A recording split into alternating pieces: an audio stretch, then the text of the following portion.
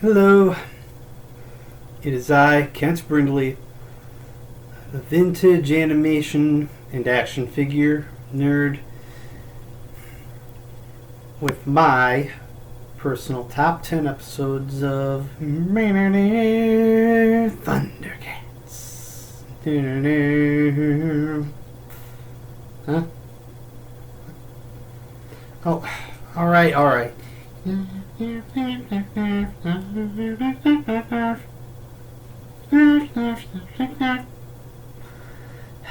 think someone would like me to get to the honorable mentions first. Oh boy. Alright. What do we got here? Honorable mention. Snarf takes up the challenge. The one episode where Snarf has to take on Mum-Ra on his own, let alone has the courage to, and he has to save the other Thundercats. There, we've discussed it. Yeah. Back to business. More honorable mentions. Splitting Image. Splitting Image was the first Thundercats VHS I really rented, so it's also the first episode I recall seeing.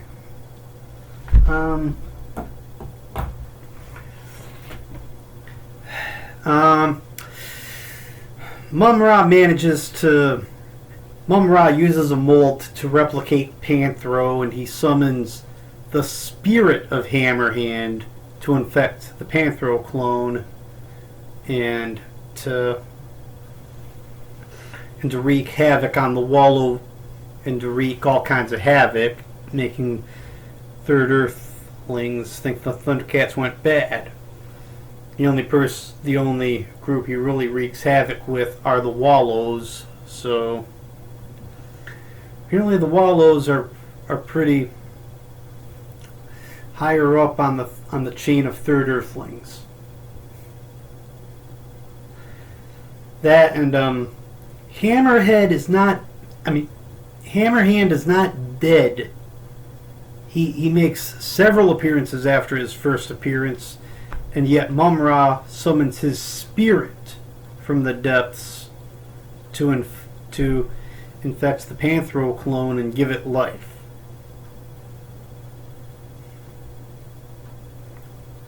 All in all, it's a good episode. It's, again, the earliest episode I recall watching all the time because it's the first VHS of Thundercats I recall renting.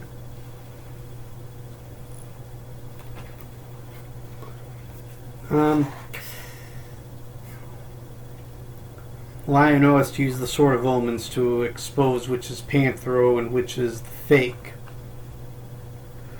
Where were we? Season 2's Catfight. Catfight came right after the 5-part Season 2 epic Thundercats Ho, otherwise known as Thundercats the Movie. So now we have 3 new Thunderian nobles plus the OG Thundercats. Mum-Ra uses shirkery to trick Tigra, Panthro, and Chitara into thinking that the Thunderian nobles of Bengali, Linkso, Pumira, and, Snarfer, are all villains, are all going to betray them. He then turns right around and tells the Thunderian nobles the same of the original Thundercats. How does he use the shirkery, you ask? It is a concept that has happened several times throughout the series, and it's that Mum-Ra can use the ancient spirits of evil to disguise himself as anyone. He disguises himself as Jaga and visits Lion-O to... Wait a minute, no. He disguises himself as Jaga, visits Lion-O. Lion-O tells the others what Jaga told him, and then they fire on the Thunderian nobles, making the Thunderian nobles think that they're traitors. That's right. been a while. Excalibur. The Sword of Omens fighting Excalibur. That was an epic fight. That was a good fight that was well worthy of top 11 recognition.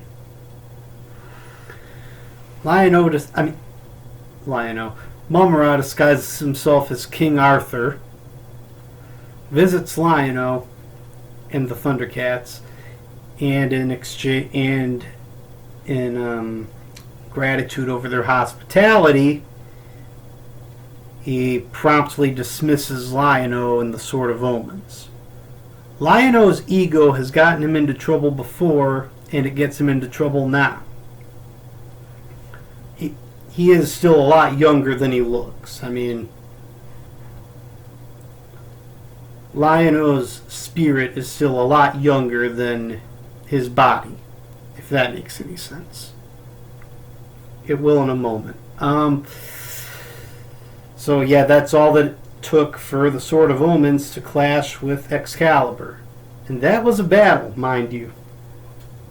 That was a good battle. Alright. Here we go. The top 10 episodes of the OG Thundercats. Thundercats roar need not apply. Need not even be viewed. Let's get started. Number 10. The Chain of Loyalty. Season 2's episodes had a tendency to be real stinkers when measured up against Season 1. Seasons 3 and 4 were even worse. Nevertheless, sometimes a good one slips in. Catfight was good for an honorable mention, and Chain of Loyalty can kick off the top 10. Among the treasures of New Thundera is the Chain of Loyalty, which represents the Thundercats' bond with one another. And if it's broken, so is magically the bond between the Thundercats. The Thundercats' journey to New Thundera, wherein Mum-Ra disguises himself as one of the Snarfs. I think it's Ogbert. Wait a minute. Egbert, excuse me. Snarf Osbert is Snarf Cat. Snarf Egbert.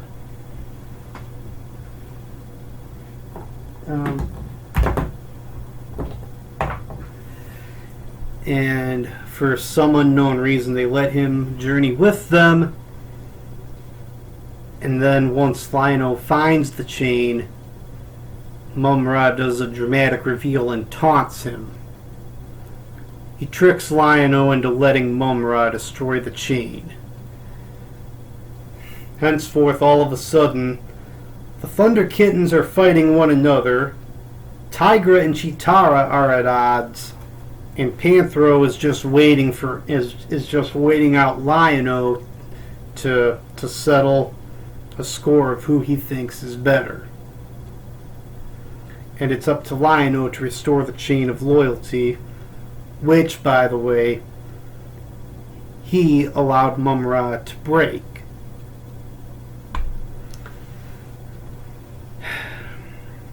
How the Thundercats bond is intrinsically connected only with this treasure. Well, again, it seemed strong enough in the first season, despite their very different personalities, but not so much here, apparently. Still a good episode, if only to see the Thundercats at odds with one another and Lion-O having to save his friends from one another. Number 9, Safari Joe. Safari Joe is an intergalactic big game hunter and a big boast. He has hunted them all. Sky cats, aqua cats, big cats. He's hunted them all. But not Thundercats. Yet. And yet he devises just the right traps to catch all but Lion-O.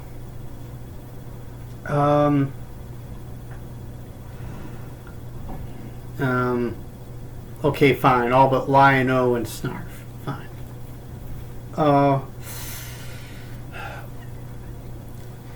And when he has the upper hand, Safari Joe seems formidable. He turns out to be a big braggart and is soundly defeated by a game of kick the bucket. Only once Lion-O reveals him to be the coward that he really is, by luring him into a now darkened cat's lair and hiding from him and just tormenting him.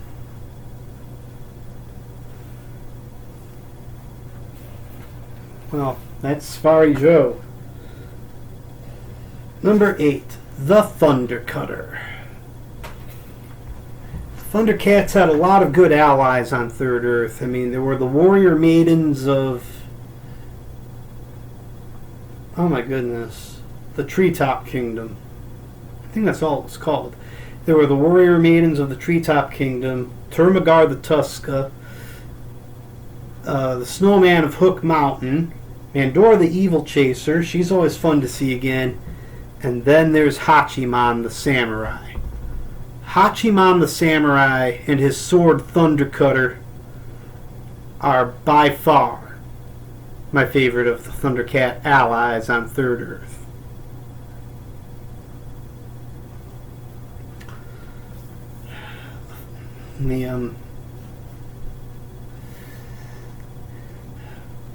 He and Lion-O first meet in the middle of a bridge, and their two egos really... and the only way for their two egos to first really coexist is to have a sword battle. Of course. I think it's Nada of the Warrior Maidens, the younger one. Nada of the Warrior Maidens is with Lion-O at the time, who Hachiman keeps confusing for Lion-O's little sister.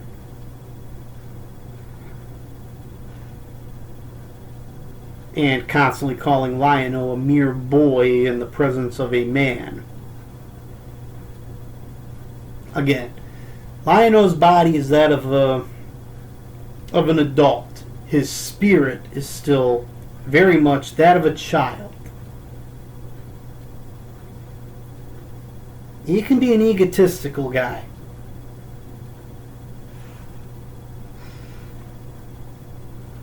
Well, Mumm-Ra wants possession of the Thunder Cutter, and when Hachiman is taken to the Treetop Kingdom for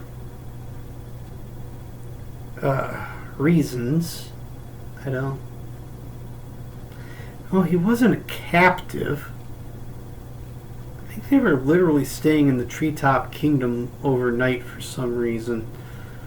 Mumm-Ra summons a ninja to go steal the Thunder Cutter for him. The samurai's natural enemy, the ninja. Well, by the end of this tale, surprise, surprise, Lion-O is a new ally, and one of the coolest allies, Hachiman. And his sword, the Thunder Cutter. Number 7. Trouble with Time. This was very much an early episode. The Thundercats are still learning about their new home on Third Earth. And they're after more Thundrillium because that's what That's what they need to power the Thunder Tank and the Cat's Lair. Panthro has now constructed a Thundrillium detector. I have to be really careful here because there's Thundrillium and there's Thundranium. One of them is their source for fuel. The other drains them, and I can never remember which is which because the names sound so interchangeable. Yeah, I think it's Thundrillium is their power source. To power like Cat's Lair or the Thunder Tank. Tigra takes one of the Thundrillium detectors and goes into something called the Cave of Time, in which he promptly starts aging, growing older and older every second. I'm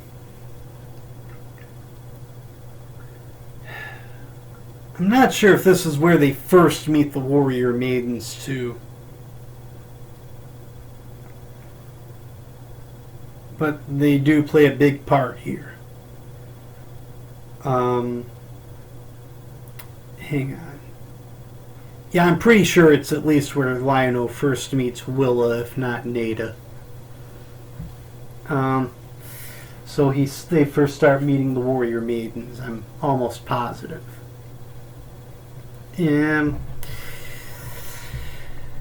Well, they warn the Thundercats about the Caves of Time long after Tigra's already in there and slowly aging to the point of slowly dying. Only Chitara's speed can get him out of there in time. And they take him to... They don't call it the Fountain of Youth, but it's the Fountain of Youth. They call it something else, but that's what it is. In order to restore Tigra. Which of course means they got him out of the caves in time. Again, it was a really good episode. I used to rent it on VHS a lot. Alright. What did I say? That was 7. Number 6. Number 6. The Ghost Warrior.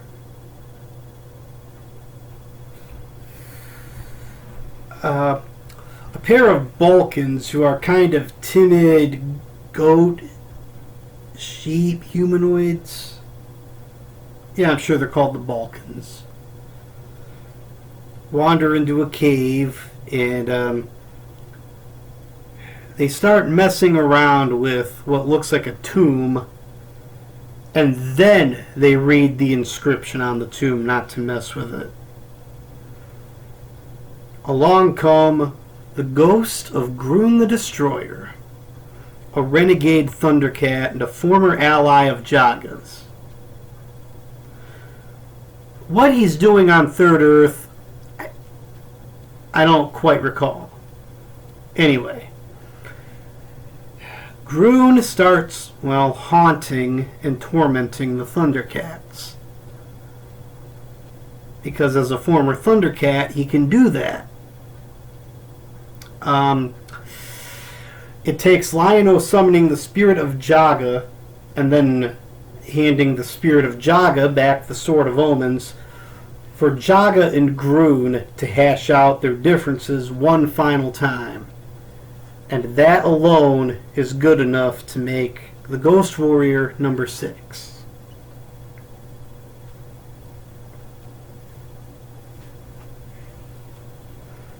Now, naturally, Groon gets beaten back eventually, but yeah. It's still a great episode. Number 5. Where are you? Fond Memories.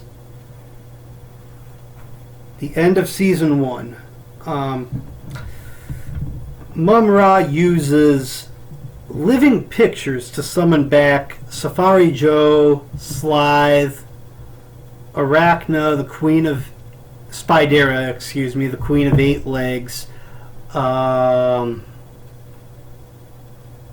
swear there are a whole bunch more.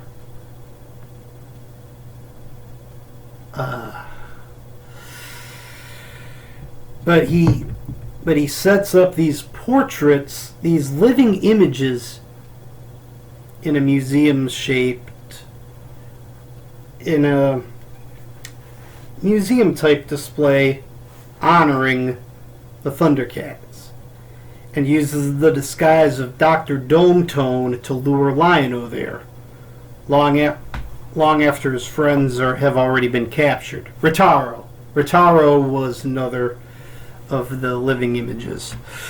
The Thundercats are already captured. Lion-O arrives with Dr. Dometone, thinking that this is to honor the Thundercats and their deeds on Third Earth. Of course, any chance for him to hear the praises from the Third Earthlings, he lunges on it like catnip. And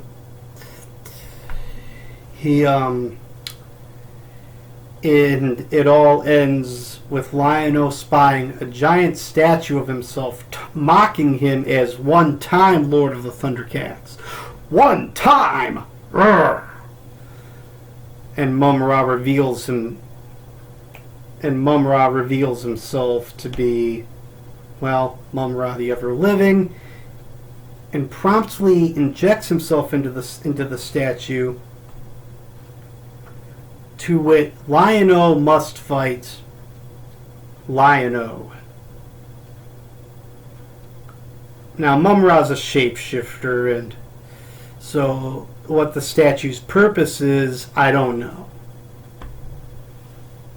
I mean, the ancient spirits of evil gave Mum-Ra plenty of powers, and the one he uses the most often is to change his appearance. Well, Lion-O must fight Lion-O one-on-one.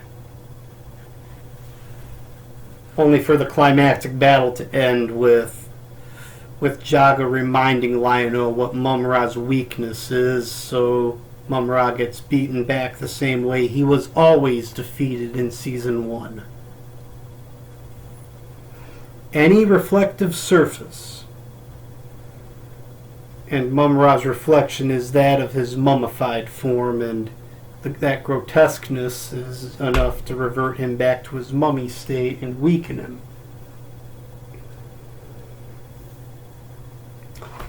Number 4, Pum-Ra.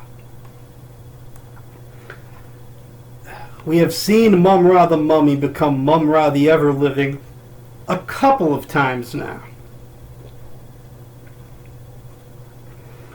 This is the first time he uses the ancient spirits of evil to grant him the guise of anyone except Mum-Ra the Ever-Living.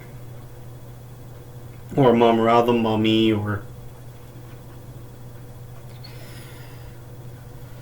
But his very first alternate disguise is that of Pum-Ra. He gets the Thundercats' confidence by saving Cheetara from Slithe's warp gas, and they promptly vote him in to Cat's Lair on a trial basis. He's already inside Cat's Lair and he's an enemy. Now, in short order, he disconnects Cat's Lair's defenses so the mutants can attack from outside. He drains off the Thunder Tank, and he manages to steal the Sword of Omens and the Claw Shield. In future episodes, no enemy can even hold the Sword of Omens. And yet here's Pum-Ra waving it around and mocking Lion-O over it. Well, Pum-Ra gets defeated and reverts back to Mum-Ra's mummy state, and you know that this is an early episode because Snarf then calls Mum-Ra that mummy creature, and Lion-O has faced Mum-Ra the Ever-Living twice or thrice times by the time the events of Pum-Ra happen. It's still an early episode. And one of the greats. Speaking of early episodes, number 3, Exodus. The very first episode of Thundercats. We see them leaving Thundera pursued by the evil mutants of Plundar. We see their spaceship shot down. Well, we see Thundera destroyed. We see their spaceship damaged and Jaga having to jettison Panthro, Tigra, Chitara, Wily Kit and Cat, Lion-O and Snarf to Third Earth in suspension capsules because the ship may or may not make it and someone has to stay with it. That someone being Jaga. The suspension capsules arrive on Earth. The Thunder Kittens are still kids. Panthro, Tigra, and Chitara started out as adults. Only Lion-O's body has advanced in age. His youthful spirit is still that of when he was 10, 11, 12 years old or so. And Snarf Cat will not live down his role as Lion-O's nursemaid and nanny. This will come into play in every single episode of Thundercats. It's why this guy is probably my least favorite 80s animated sidekick. It's either he or Scrappy Doo. Anyway, where was I? So the Thundercats have crashed on Third Earth, and the mutants have pursued them. A great battle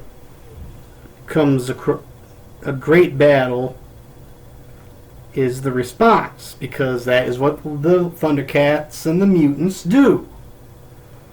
It is what they did on Thundera when the mutants of Plundar were understood to be the enemies. But it was a great first battle. Don't get me wrong. And it properly introduces the Thundercats, and it starts and begins introducing them to their new home. It's one of those things that Season 1 in particular did extremely well, was create some great and memorable episodes. Exodus was no exception. Number 2, Thundercats. Ho! Otherwise known as Thundercats the movie. This kicked off Season 2, and it properly introduced the thought that anyone else had survived the explosion of Thundera, let alone the characters of Bengali, Linkso, and Pumira. The Thundercats ranks have just expanded, and it gave us a great chance to see the Berserkers, Hammerhand and the Berserkers again, among other characters. But this was the appropriate bang to kick off the second season. And again, I say it again, every subsequent season started out with a great 5-parter to catch people's attention. And then the episode writing was all downhill from there, as opposed to Season 1, where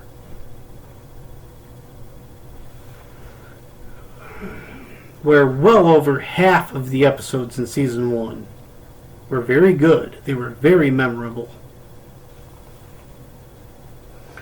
Number 1, Lion-O's Anointment Trials.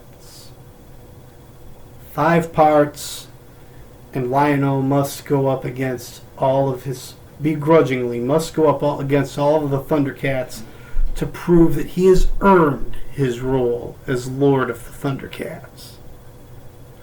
He has to best Panthro in strength, Chitara in speed, the Wily Cat and Wily Kit in a trial of cunning, Tigra in a trial of mind power, because now Tigra projects illusions, and he has to go up against Mum-Ra in a trial of evil. Without his fellow Thundercats, oh yeah, and he couldn't have the Sword of Omens or the Claw Shield for the trials either. No exceptions, not even for his battle with Mum-Ra.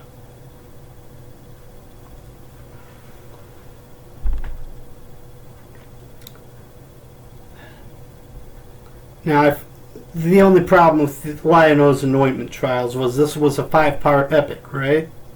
I first saw these when they were rebroadcast on Cartoon Network, and they weren't even aired subsequently back to back to back to back to. No. There could have been 2 episodes in between. There could have been 1 episode in between. I think between the Tigra episode and the Mum-Ra episode, there may have been an entire week's worth of episodes in between.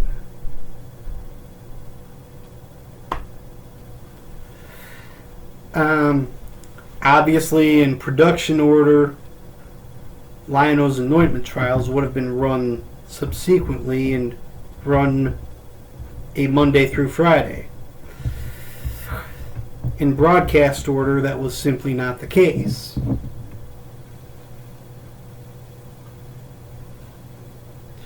Still, it was definitely number 1 for the Thundercats episodes in my book.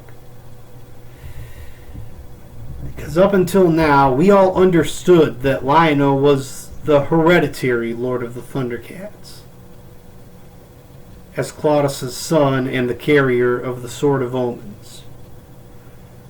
The Anointment Trials were about earning that honor. And the creators and the writers were very smart to point that out. And it was a real growing period for Lion-O to go through the Anointment Trials and absolutely have to go up against his fellow Thundercats.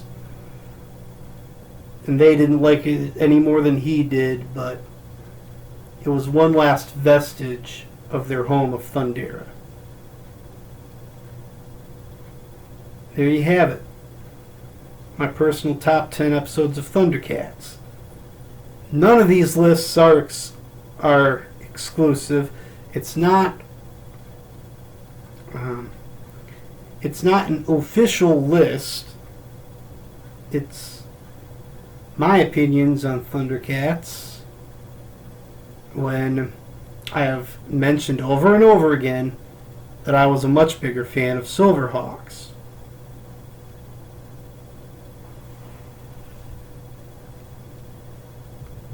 Anyway, those were my 10 favorite episodes of Thundercats. Thanks for listening, fellow big kids.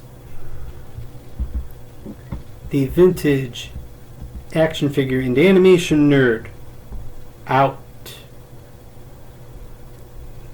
Thunder, thunder, thunder, Thundercats.